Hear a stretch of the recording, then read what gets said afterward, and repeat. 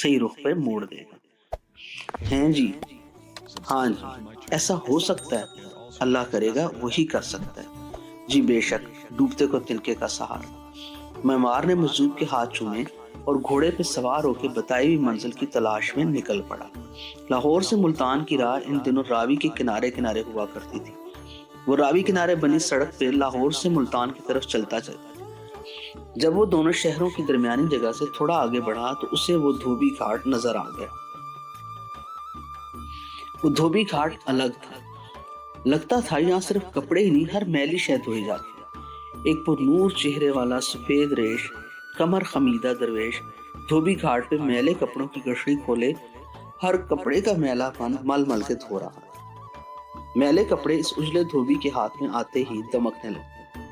میل کچیل بدرنگ بدحیت کپڑوں سے یوں نکل جاتا جیسے کوتوال کو دیکھ کر چور بھاگتا۔ معمار سمجھ گیا وہ صحیح جگہ پہنچ گیا۔ سنیچر کا دن تھا، صبح سمے کا وقت۔ دریا کنارے اجالا اندھیرا پھاڑ کے سر نکال رہا تھا۔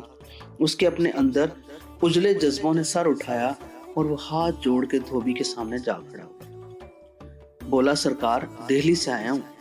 دھوبی نے ہاتھ میں پکڑے گیلے میلے کپڑے دھوبی گھاٹ کے سل پر پٹکا اور ایک آنکھ اٹھا کے نوارت کی طرف دیکھ کے مسکراتے ہوئے بولا، تجھے اس نے ادھر بھیج دیا؟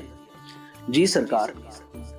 بالغ اندر کا ہر میل ٹیڑھے پن کو جنم دیتا ہے، یہیں سے ترجیحات کے سارے قدم اٹھتے ہیں۔ اپنی ذات کا گھمنڈ کبھی سیدھے رخ کی نشاندہی نہیں کرنے دیتا، ہمیشہ ٹیڑھا راستہ دکھاتا ہے۔ تو دل میلا نہ کر، ہم انسان ہیں، سب میلے بندے ہیں، میل دھونے کا تو میں سوانگ رچاتا ہوں، اندر باہر کا میل وہ خود ہی دھوتا ہے، اسی کا حکم چلتا ہے۔ بالغ ادھر بھی دھوبی گھاٹ کے میلے پان میں نور کی پیوند کاری اسی کے اشارے سے ہوتی ہے۔ سمجھ گیا تو؟ جی سرکار، اسی کی توفیق سے دھوبی گھاٹ میں برکت آتی ہے، ورنہ کس کی طاقت ہے جو اندر کے فطور کا رخ بدلے، چڑھے ہوئے رنگ کو کاٹے پھر کوئی نیا رنگ چڑھا دے۔ بابا اپنی کہی بات کی کسی رمز پہ سر ہلانے لگا، کچھ لمحے خاموش رہا، پھر بولا، پتر دل ہولا نہ کر، حوصلہ رکھ۔ تن پہ چڑھے کپڑے کبھی بھی اتنے میلے نہیں ہوتے جتنا میلے من سے اتری روحوں کا میل ہوتا ہے۔ میں خود میلا بندہ ہوں، لوگوں کے تن کا میل اس لیے دھونے پر لگا ہوں کہ شاید خدا کو ترس آ جائے اور وہ میرا میلا پن دھو ڈالے۔ تم اس دھوبی گھاٹ پہ آتے ہی اجلے ہوگے، اب میں کیا کروں؟ معمار نے ہاتھ جوڑے، بولا، سرکار آپ بھیدی ہیں، مسجد کا قبلہ ٹیڑھا بن گیا، پوری عمارت ٹیڑھی ہو گئی، چند دن کی مہلت ملی ہے، مسجد کا ٹیڑھا پن سیدھا نہ ہوا تو میں مارا جاؤں گا، میری مدد فرمائیے۔ دھوبی گھاٹ پر کھڑا دھوبی میاں عبدالحکیم تھا۔ جہاں وہ کھڑا تھا آج وہاں ایک قصبہ انہی کے نام سے کھڑا ہے۔ میاں عبدالحکیم نے ہاتھ میں دریا پانی سے دھو کے نکالی ہوئی ایک سفید چادر پکڑی ہوئی تھی۔ اسی چادر کا ایک سرا معمار کو پکڑا کے قبلہ رخ کھڑے ہو کے بولے، تو اسے پکڑ، میرے ساتھ زور لگا، دھلائی کا کام تو تیرے آنسو کر چکے، اب مل کر اسے نچوڑتے ہیں، زور لگا۔ دونوں نے ایک دوسرے کی الٹی سمت میں چادر کو ہاتھ میں پکڑ کے بل دیے، پانی بوند بوند چادر سے ٹپکنے لگا، جیسے شرمندہ آنکھوں سے آنسو گرتے ہیں۔ وہ بل دیتے گئے، آخر چادر کے اندر سے تڑک کی آواز آئی، یوں محسوس ہوا جیسے زیادہ زور دینے سے چادر کے اندر کا کوئی کونا پچک کے پھٹ گیا۔ میاں جی نے معمار کے ہاتھ سے چادر لے لی اور مسکرا کے بولے، جا، تیری ٹیڑھی مسجد سیدھی ہو گئی، جیسے ادھر کپڑے میں ذرا سی ضرب آ گئی ہے، لگتا ہے کہ تیری مسجد سیدھے ہوتے ہوتے کہیں ذرا تڑک گئی، فکر نہ کر، اس کا رخ سیدھا ہو گیا، جا میرا بچہ، اپنی مسجد میں جا کے شکرانے کے نفل پڑھ۔ معمار بھاگم بھاگ دہلی پہنچا۔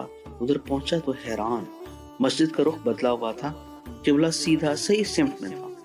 وہ خوشی سے نہال ہو گیا، پوری مسجد کے اندر بھاگ بھاگ کے ہر دیوار ہر ستون دیکھنے لگا۔ ایک طرف کی دیوار میں تھوڑی سی تریڑ تھی، جیسے نچوڑتے سمے کپڑے میں آئی تھی۔ اس نے مسجد میں موجود لوگوں کو اکٹھا کیا، پوچھنے لگا، یہ کب ہوا؟ کچھ لوگ اس واقعے کے عینی شاہد تھے۔